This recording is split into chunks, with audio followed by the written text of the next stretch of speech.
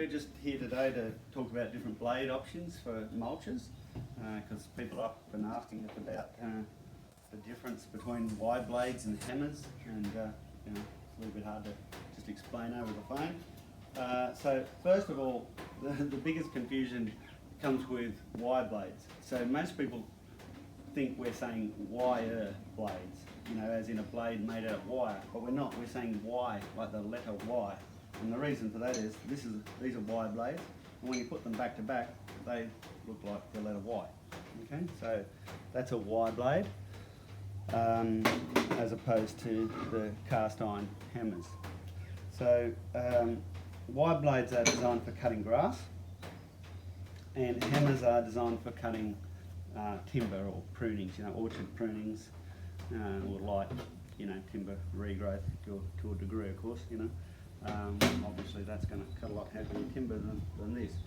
So, but then depending on the mulcher that you get, you can have the option, a few different options sometimes. Like, for example, our scrub claw mulcher, we sell them as standard with wire blades, and you can get the light hammer, the M37 hammer, or you can get the M40 hammer, the heavy hammer.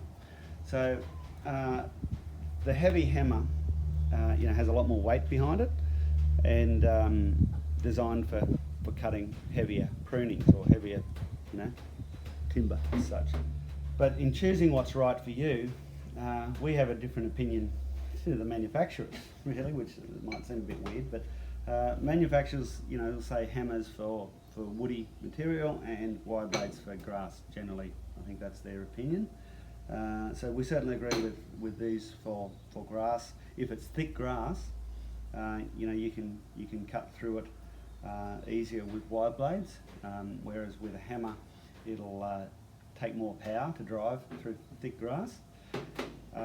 If the grass isn't so thick, you probably wouldn't notice the difference, but with thick grass, as you're cutting with this, it'll leave lines in the cut grass, but the cuttings, the mulch will lay on top and you won't see those lines, right? But if the grass isn't so thick, you will see that serrated, those lines through the cut. And some people don't mind that, it's like a combed sort of effect to your paddock.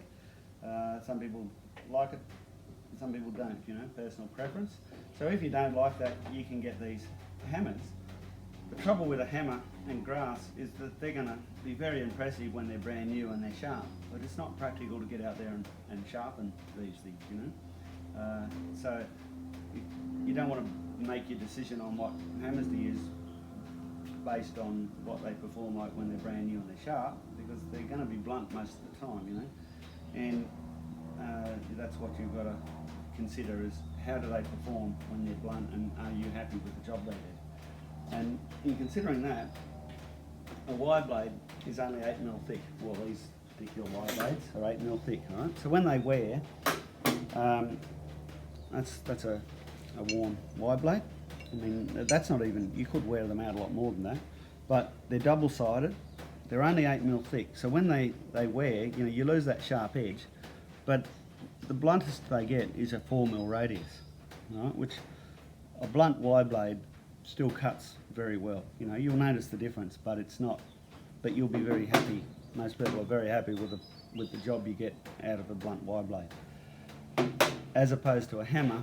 Especially, say this hammer, you can see how it starts off nice and sharp, but see how thick it gets by the end there. You're talking, by the time you get up to there, you're talking, almost 24mm thick. So you're going to have like a 12mm radius there at the end, and a 12mm radius is very blunt compared to a 4mm radius. Okay, this one here stays a lot thinner. You'll notice, it comes back to 14mm, so you've only got a 7mm radius. So that's going to stay a lot sharper. That's better for cutting grass than that one, but it hasn't got the weight either. It's a lot lighter. So when you get into prunings and saplings, the heavier stuff, it's going to hit and swing back easier, whereas that's got the weight to follow through. But again, the weight and the sharp edge works very impressively, but you've got to consider what they're like when they're blunt. So that's why I'm not a big fan of the thick hammer, but there's certainly a place for them. It just depends what you're doing. The other thing about wide blades is being lighter. When you hit rocks, they swing back easier, so they're not wearing themselves out as much as this would be. They're double-sided, so when you do wear them out, you then flip them over and wear the other side. And that's not a good example because that's evenly worn there, but if we kept going a bit more, then you start to wear back till you get a sharp point on this edge, and then you flip them over again, so you can maybe reverse them 3 times perhaps, 3 or 4 times. So you can get a lot of life out of the hammers, out of the wide blades, compared to the hammers. The other thing to consider is like mulchers chop stuff up a lot finer than a slasher, and they leave it evenly spread.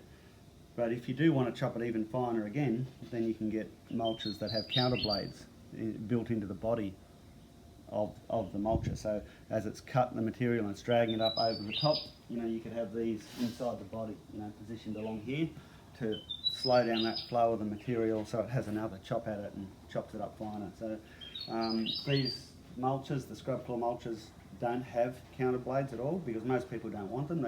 They will slow you down in thick material and take a bit more horsepower to drive, and it's just generally not necessary. People don't want them, but just to know that is an option.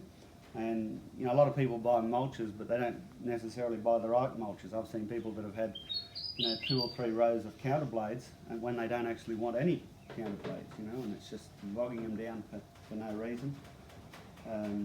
So that's just something to be aware of. These hammers here are your forestry mulchers.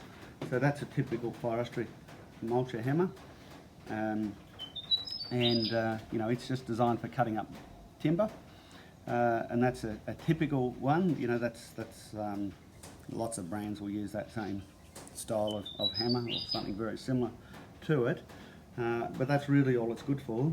These are off the Surat forestry mulchers. That's the FX3, and that's off the FX, the bigger FX, and they're quite unique in that they've got that wide cut and that long reach, and they actually, for a forestry mulcher, you can cut grass with them incredibly well.